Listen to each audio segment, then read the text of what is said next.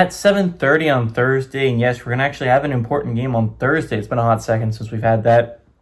We got UTSA, who's 4-4, traveling to USF, who's 6-2. USF favored by 14 points on ESPN. Owen McCown has gone 167 to 248, thrown for 1,675 yards, 17 touchdowns, 4 interceptions. Robert Henry Jr. has had 120 carries for 955 yards and 9 touchdowns. And Devin McCain's had 43 catches for 460 yards and 6 touchdowns. Byron Brown has gone 154 of 245, thrown for 1,964 yards, 17 touchdowns, 6 interceptions. Also has 120 carries for 596 yards and 8 touchdowns. And Chaz Nimrod has had 23 catches for 466 yards and 3 touchdowns. UTSA is 1-0 against USF all time. They played in 2023. UTSA won 49-21 at UTSA. Both these head coaches were still the head coach. So Jeff Traylor is 1-0 against the Bulls, and Golesh is 0-1 against the Roadrunners. Again, really important game for USF. When I'm doing my little Excel spreadsheet with numbers, again, it's not 100% accurate, but I like to think it's pretty good when it comes to adjusting resumes.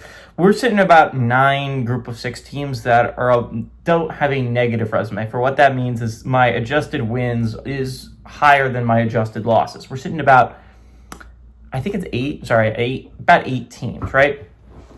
5 of these teams are from the American. USF is one of them. Again, the American race is going to be really, really important down the stretch.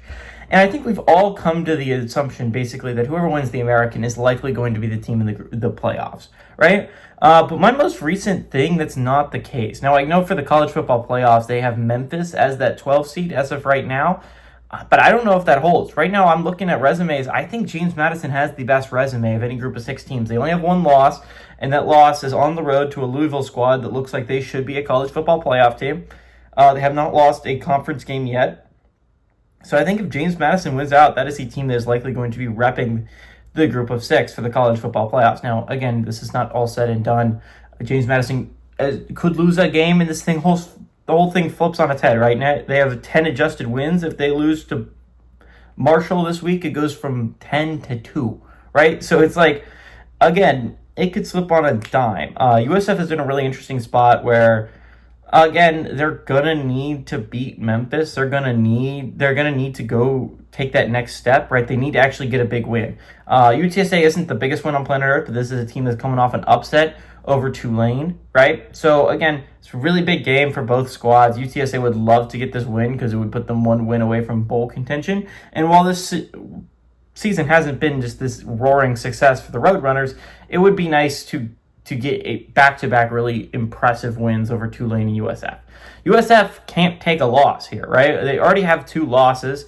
One of them is on the road against Miami, not looking as strong, but it's also not a horrible loss to have on your resume. On the road to Memphis. Again, this is a game they're probably likely going to have to avenge if they're going to want to go to the college football playoffs. They're likely going to have to beat someone in the American Championship of Memphis's quality.